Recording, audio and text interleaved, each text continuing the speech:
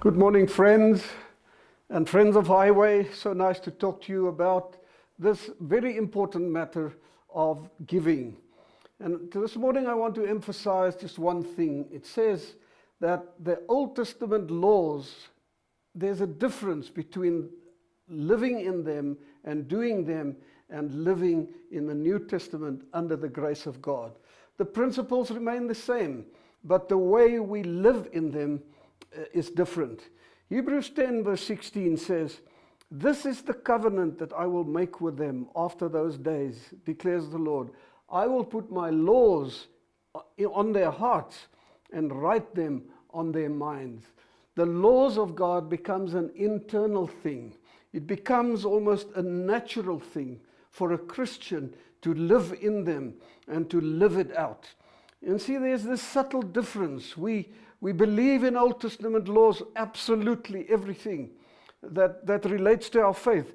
But the way we conduct it is under grace, under the new commandments, by the blessing of God.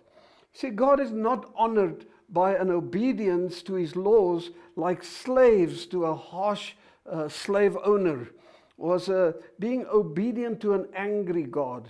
Rather, he wants us to follow the guidance of the Holy Spirit as sons and daughters of a loving Father.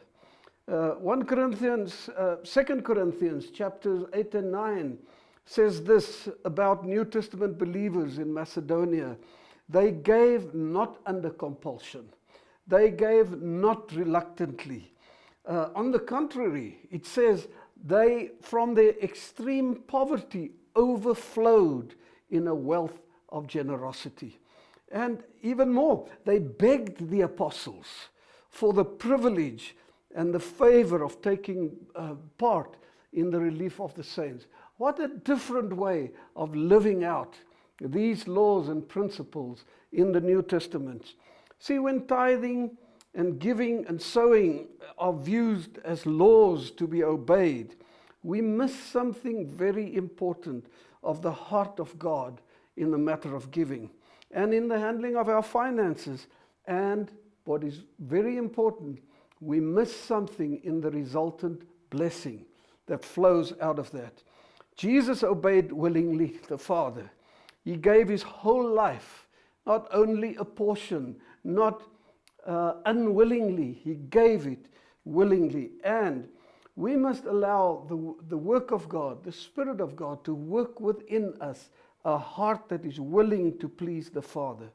Let this mind be in you, says Paul in Philippians 2 verse 5.